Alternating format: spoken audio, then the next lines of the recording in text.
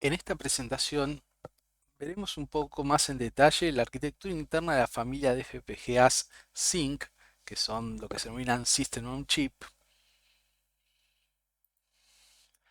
Vamos a ver un poco cómo es la arquitectura de estas FPGA.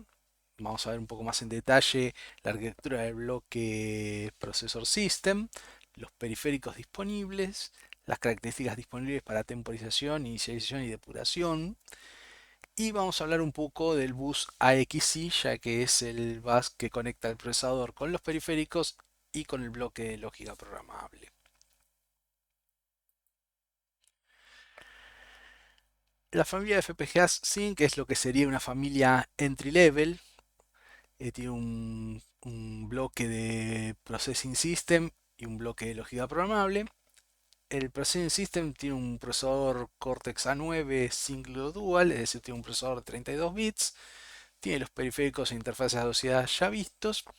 Y está todo el Processing System implementado como bloques hardware dentro de la FPGA. El bloque de lógica programable es equivalente a una arquitectura de la serie 7 de FPGAs puras, como puede ser la arquitectura Artix o Kintex. Es decir, nosotros podemos ver la FPGA, la parte de lógica programable, como una FPGA de serie 7. Aquí vemos una integración entre el Processing System y la Programmable Logic. Vemos que hay distintos tipos de interfaces que comunican una con la otra. Está la Extended MIO para comunicar los periféricos. Vamos a ver que hay dos interfaces que comunican con el bus AMBA del procesador, que está en la parte baja. Y hay otras 5 interfaces que comunican con otro bus AMBA que a su vez conecta con la memoria, con el controlador de memoria. Estas interfaces lo que permiten es conectar la lógica programable con la memoria dinámica externa.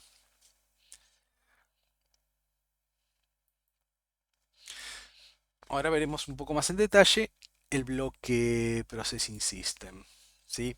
Como mencionamos, es un procesador ARM, un Cortex A9 de 32 bits, single o dual core, con una velocidad de hasta 1 GHz. Este procesador utiliza el ISA o el Instruction Set Architecture ARM v7A. Incluye una Memory Management Unit, con lo cual puede correr un Linux de 32 bits. Tiene las extensiones TAMP y Neon, con lo cual puede hacer también instrucciones tipo SIMD. Implementa los buses AXI3 y AXI4 para comunicarse. Y en particular el procesador tiene un pipeline de ejecución de instrucciones out of order, es decir, puede rearmar la secuencia de instrucciones y ejecutar el software en un orden distinto al cual está compilado en función de las dependencias de los datos. Tiene lo que se denomina un prefetch con bifurcación para predicción de secuencia de ejecución, es decir, a medida que va tomando las instrucciones, las pone en una cola de bifurcación para predecir los saltos que puedan producirse dentro del software y de esa manera continuar ejecutando el hilo correspondiente, así se efectuó o no el salto.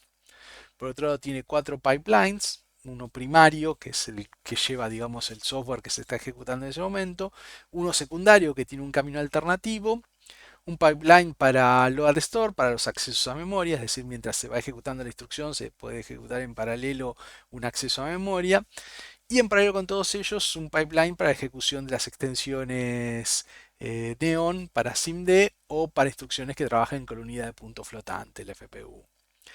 Este procesador Cortex A9 también hace lo que se denomina ejecución especulativa, es decir, va pre-ejecutando las instrucciones en los distintos pipelines y en función del resultado de las instrucciones continúa la ejecución en un pipeline o en el otro. Puede hacer renombrado de registros para la dependencia de datos, es decir, si asignar distintos registros del procesador optimiza el, el flujo de ejecución del software, se hace esto automáticamente por hardware, por eso es que tiene un pipeline de ejecución out of order. Permite hacer loop unrolling por hardware, es decir, cuando detecta una secuencia de instrucciones asociada a un ciclo for, puede hacer un unrolling de ese loop y ejecutarlo de forma más óptima. Y hay una reducción de latencia de interrupciones, ya que la ejecución especulativa incluye la ejecución especulativa de rutinas de interrupción. En este diagrama vemos las distintas interconexiones. En violeta vemos la interfase entre la memoria y la lógica programable. Es decir, la lógica programable a través de esta interfase puede acceder a la memoria dinámica del sistema. Hay dos puertos DDR para acceder a la memoria dinámica y un puerto OCM para acceder a la memoria on-chip del procesador. En rojo vemos la interfase entre el Processing System y la lógica programable. Es un bloque denominado Central Interconnect, que es el que administra las conexiones tanto como del procesador a la lógica programable como la de los periféricos a la lógica programable. Esto es lo que vemos en verde, la interfase de periféricos master, es decir, la que permite comandar a los periféricos desde la lógica programable, y la interfase de periféricos slave, que es la que permite la salida de los periféricos ruteada ya sea al exterior o a la lógica programable. Por otro lado, del bloque Central Interconnect dependen otros dos subbloques. Ahí vemos en rojo el Processing System Master, que lo que nos permite es transferir información desde el procesador y los periféricos a la lógica programable. Y el Processing System Slave, que también son dos puertos que nos permite transferir desde la lógica programable al procesador.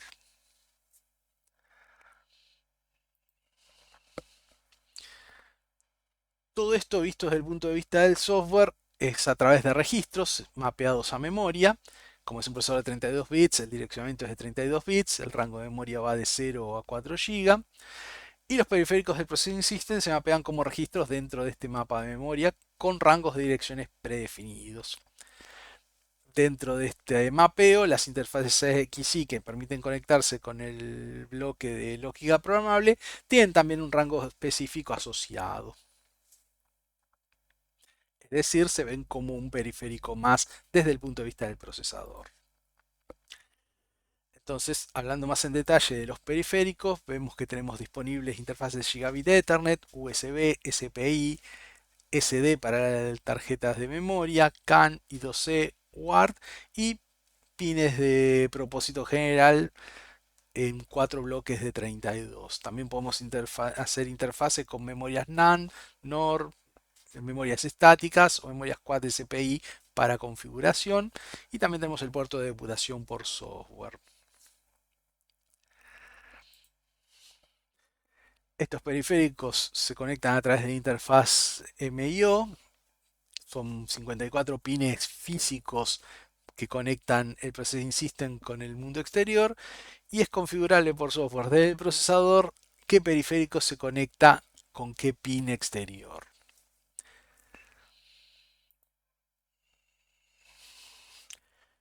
Asociada a esta interfaz está la interfaz EMIO, que nos permite conectar los periféricos del Processing System con la lógica programable y permite conectar periféricos al exterior usando pines de I/O de la lógica programable cuando los pines disponibles en el Processing System no son suficientes.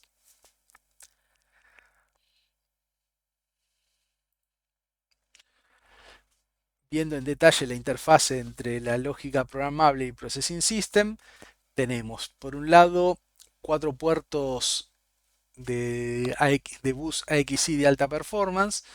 Estos puertos trabajan datos de 32 o 64 bits y comunican la lógica programable con la memoria dinámica externa DDR. Estos puertos pueden sincronizarse con la temporización del Processing System, es decir, no hay que preocuparse por la sincronía entre la lógica programable y el Processing System, ya que la interfaz es a través de una memoria FIFO de 1 KB. Cuando no son necesarios requisitos de alto desempeño en la comunicación a través del bus AXI, se usa otro bus AXI, que tiene el bus AXI de General Purpose Port, que tiene dos puertos maestros para comunicar el Processing System con la lógica programable y dos puertos esclavos que permiten comunicar la lógica programable con el Processing System. Trabajan datos de tamaño fijo de 32 bits y está sincronizado con la temporización del Processing System. Es decir, la lógica programable queda sincronizada con la temporización del Processing System. Vamos a ver entonces las características de temporización, inicialización y depuración de este bloque. La temporización en el Processing System puede ser directamente desde un pin externo, es decir, con temporización externa, con un oscilador externo. Puede ser a través de un PLL del FPGA, hay 3 disponibles. Y el Processing System tiene 4 puertos de temporización hacia la lógica programable. Por otro lado, la lógica programable tiene las mismas opciones de temporización de las FPGA Serie 7 que ya vimos y además puede usar temporización proveniente del Processing System. En particular, el Processing System puede generar la señal de temporización hacia la lógica programable, pero la lógica programable no puede generarle la temporización al Processing System. Para la inicialización del sistema disponemos de un reset de encendido, un power on reset, y también se dispone de un watchdog reset, es decir, si en algún momento el software no logra pasivar el watchdog reset vuelve a inicializar todo el sistema. El Processing System tiene por separado una señal de inicialización externa para todo el bloque y una señal de inicialización exclusivamente para el procesador. Asimismo, en el bloque de lógica programable hay 4 señales provenientes del Processing System que son señales que indican que el Processing System sufrió un proceso de reset, por lo cual se debe inicializar también la lógica programable. Con respecto a la depuración, hay un bloque Fabric Trace Monitor, FTM, que recibe las señales que proveen del bloque de lógica programable, las integra con las señales provenientes del Processing System y permite depurar en forma cruzada tanto el bloque PL como el bloque PS a través de una interfase STI, de Cross Trigger Interface. Es decir, desde una misma interfase de depuración se puede depurar tanto el hardware como el software.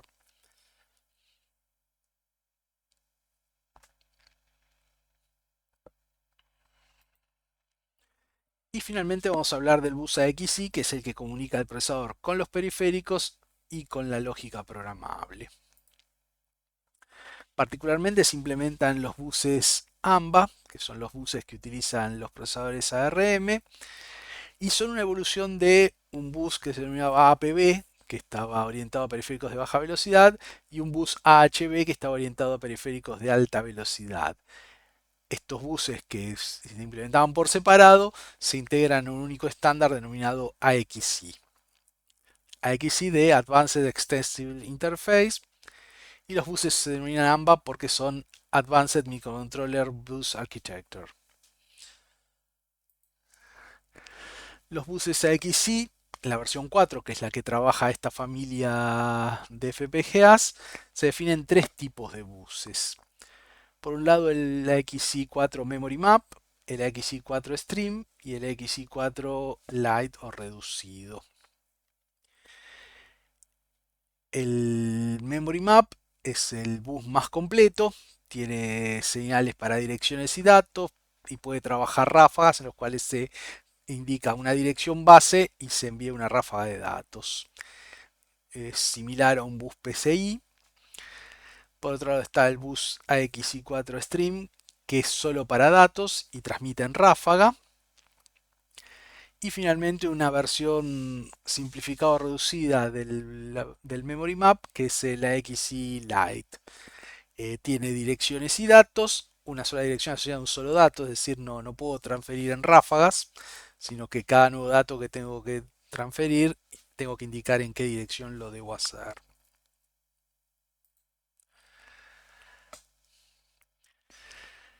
En este tipo de buses, la señalización se divide en canales, según cuál es la funcionalidad de las distintas señales del bus. Y estos 5 canales son el canal de dirección de lectura, el canal de datos de lectura, el canal de dirección de escritura, el canal del dato de escritura y el canal de respuesta a la escritura. Es decir, yo tengo una interfase que inicia una dirección y puede leer datos o puede iniciar una dirección, puede escribir datos y una vez que finaliza el ciclo de escritura de datos, puede esperar una respuesta del periférico para ver si la escritura fue exitosa. Esto en la versión AXI Lite, como no tiene ráfagas de datos, el ancho de datos siempre tiene el mismo tamaño, entonces los canales son más reducidos. Hay un canal de dirección, un canal de lectura para el ciclo de lectura, un canal de dirección, un canal de escritura y un canal de respuesta para la lectura, para la escritura, perdón. Como es una versión simplificada, ocupa poco espacio en silicio y es óptimo para hacer una interfase simple entre el Processing System y un periférico de lógica programable, y utiliza los bloques AX Interconnect del Processing System para trabajar. El bus más completo, el AXI Memory Mapped, utiliza ráfagas de hasta 256 accesos de datos de lectura o escritura, es decir, uno coloca una dirección base y luego de eso puede hacer una lectura o escritura de hasta 256 accesos, y el tamaño es variable desde 32 hasta 1024 bits. La versión Extreme es una versión simplificada de la anterior que permite transferir datos en ráfaga, pero no hay un canal de direcciones ni de lectura y escritura, sino que sería como solo la implementación del canal de escritura de datos en AXI Memory Mapped. Es una ráfaga de datos en forma continua sin señalización. Puede trabajar con el concepto de paquetes de datos o no. Si trabaja sin el concepto de paquetes de datos, uno puede pensarlo como un conversor AD que está generando datos en forma continua. Y con el concepto de paquetes de datos uno podría pensar que es algo parecido a la transferencia de datos de PCI Express.